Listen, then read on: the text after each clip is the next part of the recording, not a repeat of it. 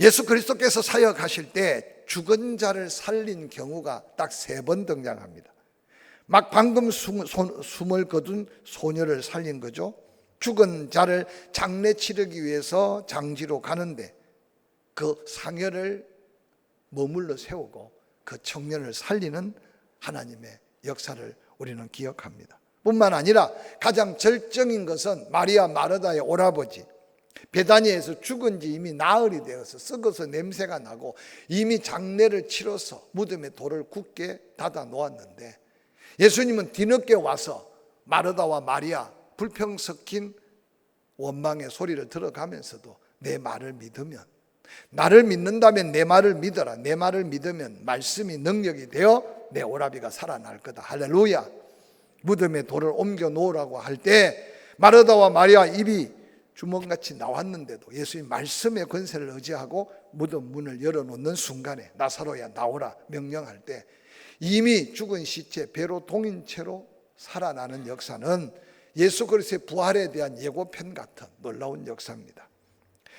이 3번 모두가 예수 그리스도의 말씀 한마디로 죽은 자가 살아났던 사건은 바로 하나님의 아들 메시아, 즉 그리스도로 구원자로 오신 예수 그리스도가 어떤 분인가를 어리석은 무리들에게 생생하게 보여주는 놀라운 사건이라고 해도 지나치지 않을 겁니다. 오늘 함께 읽은 본문은 의사 누가, 예수님의 제자 누가가 인자로 오신 예수 그리스도, 우리와 동일한 몸을 입고 오신 예수 그리스도, 그러나 육신적으로 바라볼 때는 우리와 동일한 몸을 입고 있지만 그 영은 바로 하나님으로서 오신 예수 그리스도를 소개하고 있는 말씀이 오늘 본문의 말씀입니다. 누가복음 8장 1절 이하는 이렇게 기록합니다. 그 후에 예수께서 각 성과 마을을 두루 다니시며 하나님 나라를 선포하셨다. 복음을 전할 때 12 제자들이 동행했다. 또한 악한 귀신을 쫓아냈다. 병을 고쳤다. 어떤 여자들 곧 7 귀신 나간 막달라 마리아라 하는 여자, 헤롯의 청지기 구사의 아내 요한나, 수산나, 또 다른 여러 여자와 함께 예수 믿고 구원받은 은혜에 감격해서 자기 소유를 팔아서 예수 복음에 섬겼다. 그렇게 누가복음 8장은 시작합니다. 12 제자와 함께 복음을 전할 때 가는 곳곳마다 예수 그리스도께서 전하는 복음은 능력이고 그 복음을 믿게 하려고 귀신이 떠나가고 병든 자가 치유되고, 할렐루야.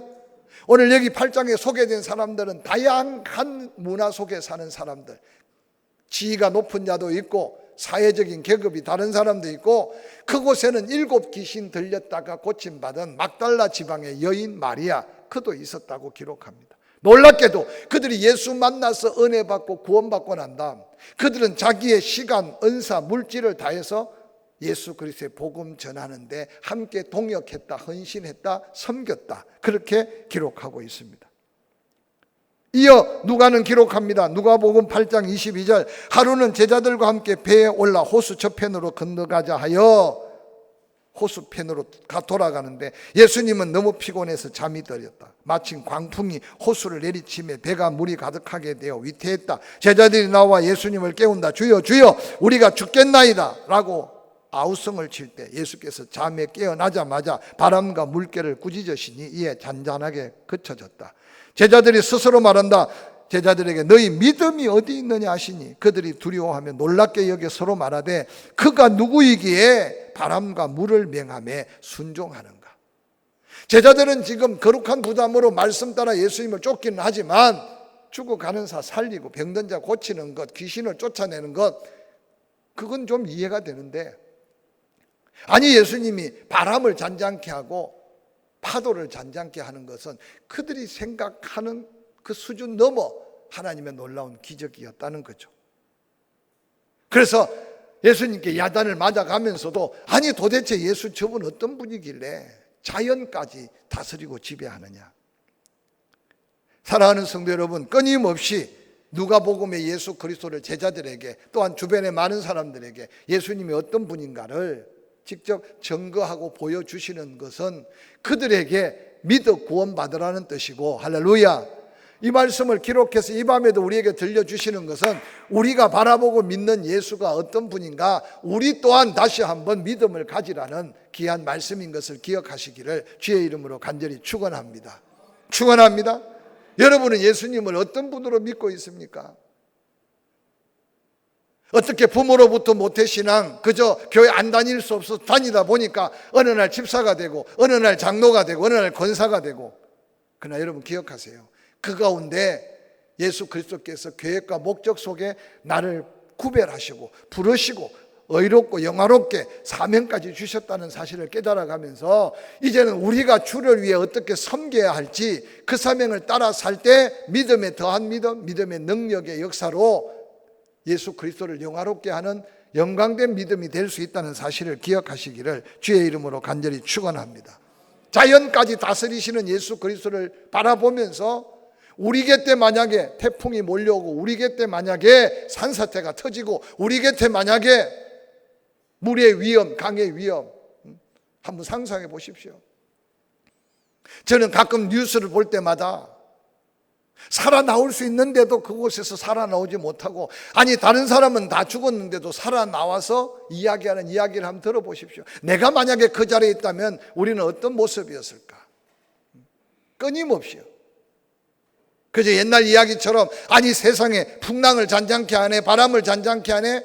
그래서 그 당시에 있었던 그들만 예수 그리스도를 믿는 믿음, 아니 자연을 다스리시는 예수 그리스도를 믿는 믿음이 아니라 그 예수가 지금 우리가 믿는 그 예수라는 사실을 기억하고, 할렐루야, 내게 그 같은 위협이 다가오기 전에 기도하고, 그 같은 위험이 다가왔을 때 바람을 잔잔케 하고 파도를 잔잔케 하며 하나님의 놀라운 구원의 은혜를 통해 우리 심령에 불붙는 믿음의 역사를 이미 역사해 왔고, 그 역사 속에 오늘까지 내가 살아왔다면 이제 우리가 과연 그 예수를 위해서 어떻게 어떤 믿음으로 살아야 할지 끊임없는 영적 거룩한 부담, 영적 거룩한 도전의 믿음이 우리의 믿음을 새롭게 하는 믿음이라는 사실을 기억하시기를 바랍니다.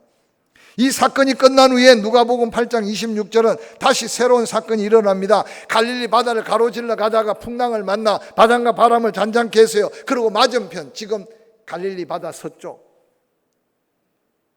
그라사인의 땅에 이릅니다. 예수께서 육지에서 내립니다.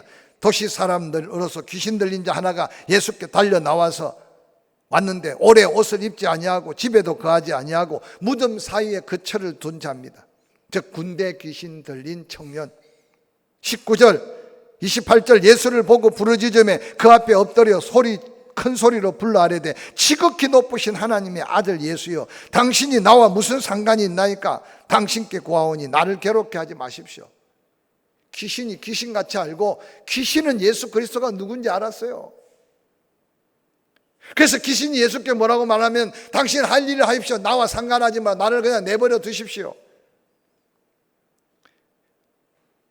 29절 이에 예수께서 이미 더러운 귀신을 맹하사 그 사람에게 나오라 하셨습니다. 예수님이 이미 그 귀신을 향해서 영적으로 명령을 했어요. 소리 내어서 귀신아 나가라 말하지 않아도 예수님이 그렇게 예수님을 향하여 조롱하듯이 외치는 그의 외침이 들릴 때 예수님께서 마음으로 선포하신 거죠. 귀신이 가끔 그 사람을 붙들면 쇠사슬과 고랑을 메어놔도 그것을 끊고 광야로 나가서 소리 지르는 귀신을 한번 상상해 보십시오. 30절 예수께서 그 귀신 들린 자에게 묻습니다. 내 이름이 무엇이냐? 군대라 하니 이는 많은 귀신이 그 속에 들어있다. 그리고 귀신이 예수님께 말합니다. 무적경 지옥불에 그냥 던지지 마십시오. 마침 그곳에 많은 돼지가 산에서 먹고 있는데 귀신들이 그 돼지에게로 들어가기를 허락하심을 간구하니 이에 허락합니다.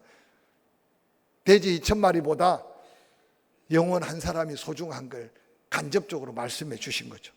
예수님 명령하니 귀신들이 그 사람에게서 나와서 돼지 떼에게 들어가니 그 떼가 비탈로 내려가 호수에 들어가 몰사했다. 우리하고 환경이 전혀 달라요. 지금도 중동지역, 건동지역을 가보면 돼지를 방목합니다. 방목. 우리처럼 우리에 가둬놓고, 지금 우리가 사실은 키우는 농장들은요 최고의 기술과 과학적인 방법으로, 그래서 얼마나 위생적으로, 그래도 지금 전염병이 만연하기도 하지만 지금도 여러분 가끔 아프리카나 이 근동 지역에 보면요, 돼지가 귀하니까 집 주위에 그냥 주인하고 같이 다니면서 방목해서 키우는데, 여기가 하나님의 백성들이 거하는 곳이 아니라 그라사인의 땅이니까 이스라엘 유대인들은 돼지를 먹지 않죠. 그러니까 아마 문화가 다른 그곳에 돼지 떼를, 동네 돼지가 함께 모여 아마 떼를 이루고 키웠던 것 같아요. 돼지가 다 갈릴 바다로 몰사하니까 34절, 돼지를 치는 자들이 이 이어진 일을 보고 도망하여 마을로 뛰어 들어갑니다. 그러고는 마을에 가서 이야기하니 사람들이, 상상해 보십시오. 그 자기들의 재산 중에 하나인데 돼지가 다 죽었으니 그걸 보러 왔는데, 돼지 떼 어떻게 됐나 보러 왔는데 보니까 그들이 그렇게 무시무시하고 두려워했던 귀신 들린 자가 옷을 입고 얌전히 예수님 발 앞에 엎드려 있는 것을 보고 두려워했다. 똑같이 두려워했는데요, 성경에 보니까 그들은 예수 그리스도를 떠나라고 예수 그리스도를 쫓아냅니다.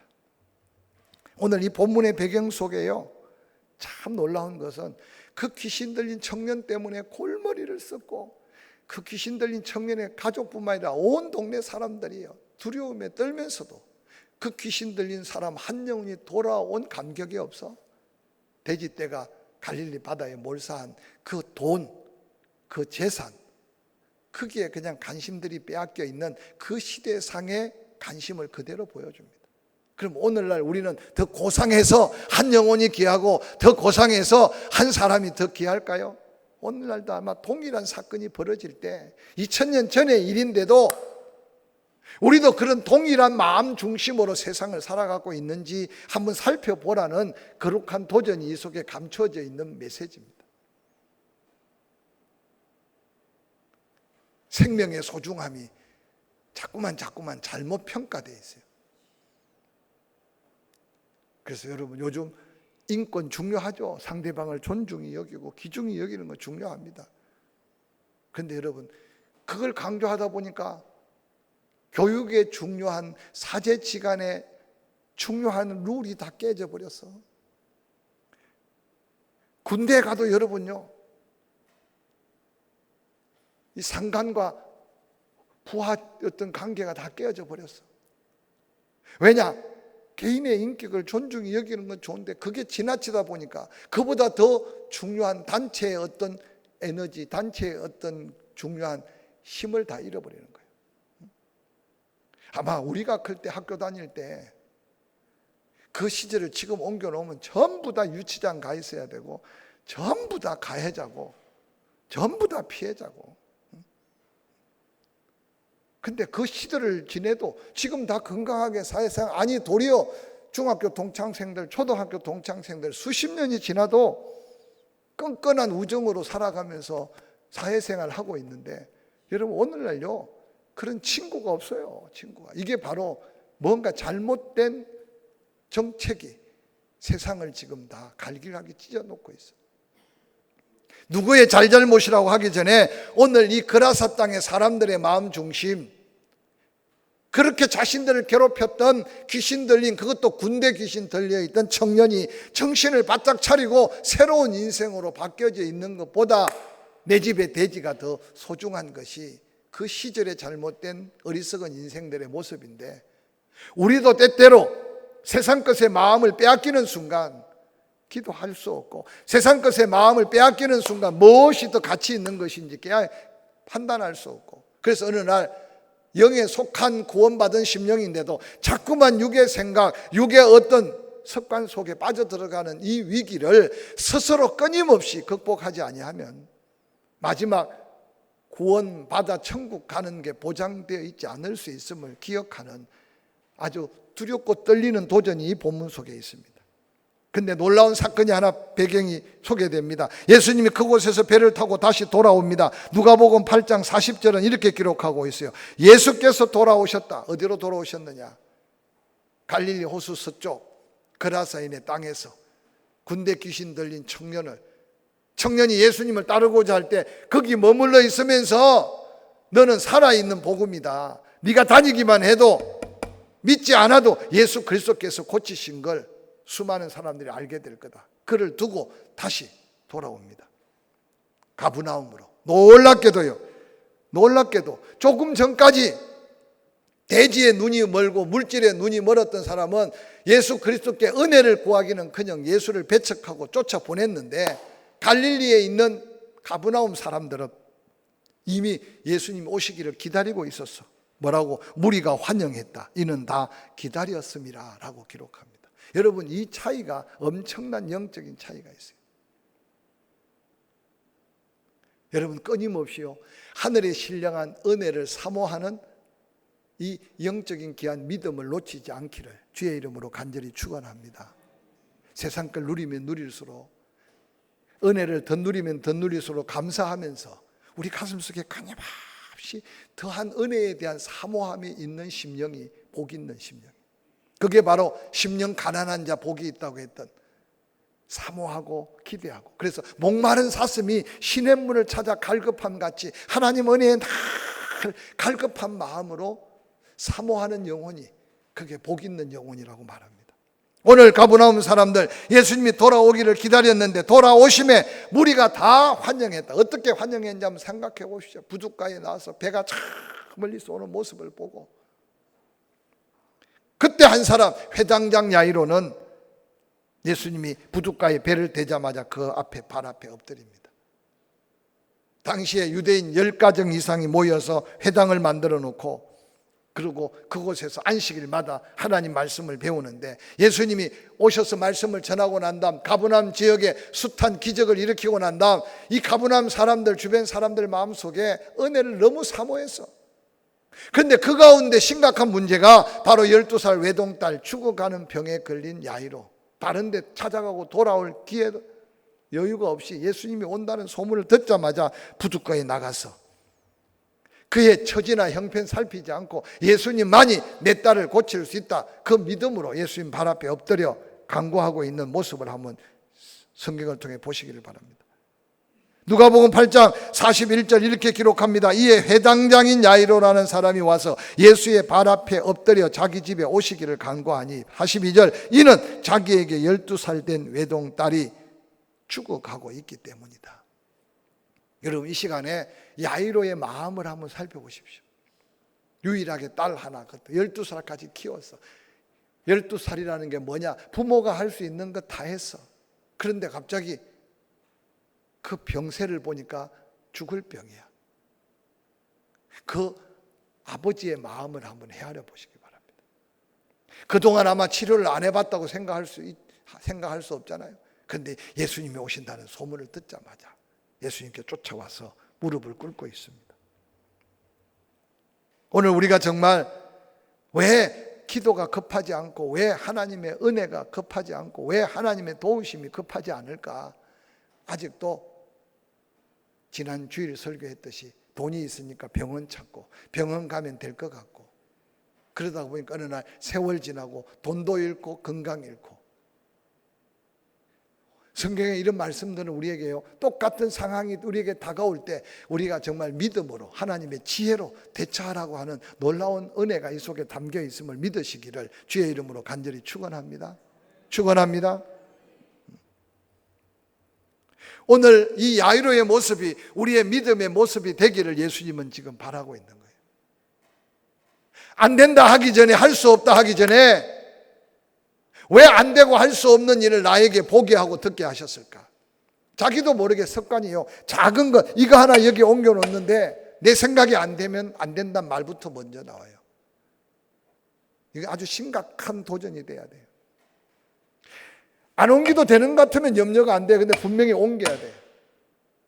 근데 내 생각에는 안 돼. 그러면 어떻게 해야 되겠어요? 지혜를 구해야죠. 될 수 있는 방법이 없는가 체크를 해봐야죠. 근데 우리는요, 어릴 적부터 습관이요, 힘들고 수고롭고 때로는 뭔가 거기에 희생의 대가가 들어가야 되는, 하나님이 내게 믿음의 도전이 필요한 부분에 믿음을 갖지 않아요. 교회에서 주여 주여 찬양하고 폼나게 예배 드리는 모습은 되지만, 내 삶에 작은 문제가 생겼을 때 내 생각에 이거는 기도해서 안 돼, 그러면 기도가 안 되는 거예요. 하나님도 그러면 아무것도 도와줄 일이 없어요. 근데 옛날 우리 선조들이 뭐랍니까? 경험보다 더 좋은 선생은 없다. 따라합시다. 경험보다 더 좋은 선생은 없다.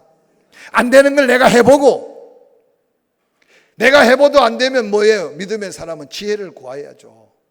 그럼 하나님이 할 수 있는 사람을 붙여주시는지, 내가 생각지 못했는 걸 깨닫게 하든지 믿으시면 아멘. 근데 오늘날 자꾸만 게을러, 자꾸만 부정적인 생각으로 가득 들어있어. 안 하면 편해. 안 하면 그냥 다른 걸로 대체할 수 있을 것 같아. 그런데 때때로 우리 인생에요, 하나님께서 시험을 왜 주십니까? 그 시험을 이기지 않으면 믿음이 크지 않아. 그 시험을 견디지 못하면 담대한 믿음을 가질 수가 없어요. 그 시험을 통과해야만 하나님이 약속한 축복을 주실 수 있다는 거니까. 그래서 감당할 시험을 하나님께서 허락하신다고 말씀하시잖아요. 근데 쉽게 포기해버려요. 오늘 이 야이로가 그 딸을 고쳐가는 이 모습 속에 우리가 하나님 앞에 믿음을 가져야 될 거룩한 은혜의 도전이 있음을 기억하고 그 믿음을 함께 깨우쳐가는 저와 여러분이 될 수 있기를 주의 이름으로 간절히 축원합니다. 그런데 아니나 다를까 방해꾼들이 많아요. 42절, 예수님께서 가려고 하는데 얼마나 사람들이 몰려드는지. 지금은 여러분 길들이에도 빵빵 열려 있죠. 그 옛날 골목길요, 어릴 때 시골 골목길 생각납니까? 그저 두 사람이 개우 비껴갈 수 있을 정도, 그런 골목길들이 특히 이스라엘은 더해요. 그런데 사람들이 몰려와서, 얼마 전에 여러분 서울 거리에 압사당해서 수많은 젊은이들이 죽음을 맞이했던 거 기억합니까? 길이 넓어도 사람들이 몰려오면 그 현상을 한번 상상해 보세요. 예수님이 가고 싶은 곳에 갈 수 없는, 때때로 많은 사람이 위로가 되고 때때로 많은 사람이 도움이 되지만 때때로 많은 사람이 장애물이 되고 때때로 많은 사람들이 나의 문제 해결에 도리어 역효과를 낼 수도 있어요. 뿐만 아니라 가는 길을 멈춥니다. 지난주에 설교했지만 지금 야이로의 12살 외동딸을 살리러 가시는데 갑자기 한 여인이 등장해서 예수님의 가는 길, 지금 한시가 급해. 야이로의 마음을 한번 생각해 보세요. 한 시간이 급한데 사람 때문에 빨리 가지 못하는 중에 예수님이 가다가 머물러 서서 이 12의 헬류증 여인과 지금 대화하는 이야기가 지난주일 설교예요. 내 옷에 누가 손을 댔다 그랬더니 주변 사람들이 사람이 이렇게 밀치고 밀리고 지금도 밀치는데 그 가운데 베드로가 말하기를, 아니 예수님 지금 말씀이라고 하십니까? 지금도 밀고 밀려서 가는 판인데 옷에 손을 댄 사람을 찾는 게 웬일입니까?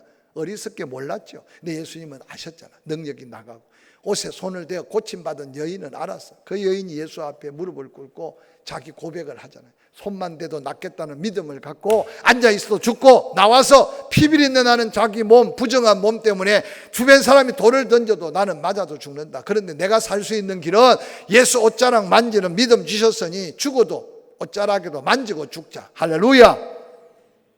이것 때문에 시간이 보내서, 그래서 그 여인에게, 여인아 내 믿음이 너를 구원했다, 평안히 가라 라고 하는 그 순간 야이로의 집에서 사람들이 와서 야이로에게 뭐라고 말합니까? 아이고 선생님도 괴롭히지 마세요. 당신의 딸이 죽었습니다. 여러분 이 소리를 듣는 이 순간을 오늘 예수님은 그곳에서 기다리고 있었을지 몰라요. 사람의 생각으로는 죽어갈 때는 고칠 수 있는데 죽으면 살릴 수 없다고 생각하는 그 생각, 죽어가는 딸을 살리려고 몸부림쳤던 아버지 야이로, 예수님은 그 야이로의 마음을 몰랐을까요? 그 딸이 죽어가는 시간을 그렇게 급하게 여기는 그 시간에 급한 걸 모르셨을까요? 아니면 야이로의 딸보다 12의 헬루증 앓는 여인이 더 소중했을까요? 아니에요. 그 모든 과정을 통해 결론을 돌아보면 죽어가는 딸 살리는 것보다 죽은 딸을 고침으로 거기 울고 있는 사람들, 야이로의 믿음뿐만 아니라 주변의 많은 사람들에게 하나님이 하나님 되시고 예수 그리스도가 생명의 주인이심을 증거하고자 하는 엄청난 하나님의 뜻이 담겨 있지만 급한 야이로의 마음속에는 그게 생각날 수 없는 거예요. 우리가 신앙생활 하면서요 자꾸 좁은 내 생각에 가두어 놓지 마시고, 내 생각에 이해가 안 되고 내 생각에 마음에 안 들고 내 생각에는 틀린 것 같을 때 조심하세요. 쉽게 입 벌려서 아니에요, 못합니다, 안 됩니다 하기 전에 하나님이 왜 우리에게 그런 고민을 주셨을까? 안 되는 것 뻔한데 왜 우리에게 이 문제를 가지고 기도하라고 하셨을까? 그때 하나님의 뜻을 우리의 좁은 생각에 담을 수 있는 믿음의 그릇이 커지는 거예요. 이해가 돼요? 근데 오늘 우리는 너무 급해요. 듣는 대로 말하고 생각나는 대로 말하고, 심지어는 이 말을 다른 사람이 들으면 상처가 되고 아픔이 될까 생각조차 없이 살아가는 사람들 때문에 자기도 상처, 다른 사람도 상처. 근데 오늘 예수님이요, 그 하인이 야이로에게 하는 말을 예수님도 들으셨다는 거야. 아직 말씀하실 때 당신의 딸이 죽었나이다, 선생을 더 괴롭게 하지 마십시오. 딸의 죽음의 소식은 야이로에게는요 엄청난 많은 사람의 방해보다, 예수님의 가는 길을 가로막고 머물러 세운 12의 한류증 앓는 여인보다 딸이 죽었다는 이 소식은요 야이로에게 모든 걸 다 포기할 수밖에 없는 절망의 순간을 가져왔을 겁니다. 그때 예수님이 야이로에게 하신 말씀이 오늘 중요한 본론입니다. 누가복음 8장 50절 예수께서 들으시고, 함께 읽어볼까요? 50절 시작. 예수께서 들으시고 이르시되 두려워하지 말고 믿기만 하라. 그리하면 딸이 구원을 얻으리라. 여러분에게 이 말씀을 했다면 여러분은 이 말씀 속에 어떤 말씀을 붙들래요? 두려워하지 말고 믿기만 해라. 그리하면 딸이 구원을 받을 거다. 오늘 여러분 마음속에요 예수님이 하신 이 말씀이 작은 믿음의 말씀으로 마음에 새겨지기를 주의 이름으로 간절히 축원합니다. 할렐루야. 아멘 좀 크게 해보세요. 이 말씀이 여러분의 믿음이 되기를 주의 이름으로 축원합니다. 할렐루야. 왜 할 수 있는데 그렇게 절제를 하세요? 이것도 습관이에요. 예배 드리는 습관. 아멘도. 우리 삶에 불가능하고 우리 삶에 두렵고 염려 근심이 다가올 때 그냥 두려워만 하지 말고 예수님의 이 말씀을 하신 이 순간을 떠올려 가면서 이 말씀이 내 믿음이 되도록 한번 기도해 보시란 말이에요. 예수님은 이미 아셨어요. 죽을 줄 아셨다고 해도 지나친 표현이 아니에요. 아니, 예수님께는 죽어가나 죽어나 아무런 상관이 없어. 왜냐? 전능하신 하나님이시니까. 우리가 정말 하나님을 하나님으로, 예수 그리스도가 나의 생명 되시며 모든 것을 가능케 하시는 전능하신 주님으로 믿는다면 우리는 이 믿음의 말씀이 내게 믿음이 될 수 있어요. 할렐루야. 근데 우리는 예수 그리스도의 그 능력을 가소평가할 수 있어요. 이거는 할 수 있고는 안 되고 내 주관적인 생각으로. 그건 믿음이 아니에요. 절망할 수밖에 없을 때 절망하기를 거부하는 게 믿음이다. 모든 것이 끝났다고 사람들이 말할 때 끝나지 않았다고 새로운 희망을 갖는 게 믿음이다. 이게 믿음의 본질이다. 오늘 설교를 다 잊어버려도 끝난 것 같은데도 절망할 수밖에 없는데 절망하기를 거부하는 게 믿음이다. 모든 게 끝났다고 말하지만 끝나지 않았다고 하나님께 기대와 소망을 갖는 게 믿음이다. 오늘 이 시대에 이 믿음이 필요한 줄 믿으시기를 주의 이름으로 간절히 축원합니다. 근데 놀랍게도 예수님이 이 말씀을 하실 때 야이로 가슴 속에요 12의 헬루증 앓는 여인의 그 시간이 자기 딸의 죽어감을 보고 불평과 원망이 가득했는데 두려워하지 말고 믿기만 해라. 봐라, 12의 헬루증 앓는 여인 죽은 거나 상관없지 않느냐. 그가 고침받은 것과 내 딸이 죽어 가운데 살아나는 것과 예수 그리스도에게는 하나도 문제가 되지 아니한다. 이걸 야이로의 믿음을 키우고 계시는 예수님의 모습이 이 길가에 이루어진 하나님의 놀라운 사랑이에요. 아마 야이로에게 곧장 가서 죽어가는 딸 안수 기도하고 그냥 그 병에서 고침받았다면 야이로는 예수 그리스도가 정말 전능하신 하나님이라는 사실을 못 믿었을 거예요. 그 주변에 수많은 구경꾼들 살리고 죽이시는 예수 그리스도의 능력을 믿지 못했을 거예요.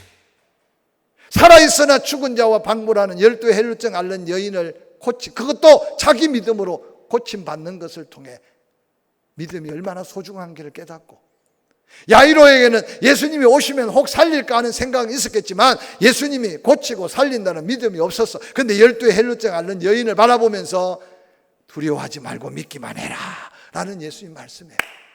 야이로의 마음속에 없는 믿음, 아니 믿음에 확신 갖지 못한 그 믿음이 믿음으로 준비된 아버지의 모습을 오늘 성경은 우리에게 소개되고 있어요. 사랑하는 성도 여러분, 오늘 우리에게는 왜 이런 믿음의 역사가 나타나지 않을까요? 예수님이 차별할까요? 천만에요. 한번 따라합시다. 너무 급하다. 기도도 급하고 구하는 것도 급하고 응답도 너무 급하게 찾다가 포기하고, 그래서 내 뜻대로 안 되면 모든 게 다 불편해. 근데 여러분, 응답은 아버지의 뜻에 합당할 때 응답되는 걸 그것만 믿어도 우리는 기도하고 여유 있게 기다리고 하나님의 때를 분별할 수 있는 은혜가 임할 줄로 믿습니다. 뿐만 아니라 예수 그리스도의 말씀이 귀에 안 들어와. 급하면 급할수록, 위험하면 위험할수록, 어려우면 어려울수록 수없이 들었던 말씀들이 생각나야 되는데 급하면 말씀도 다 잊어버려. 감정이 좀 안 맞으면 그냥 이전에 받았던 은혜도 한순간에 다, 그래서 자기 안에 육의 생각만 자기를 지배해.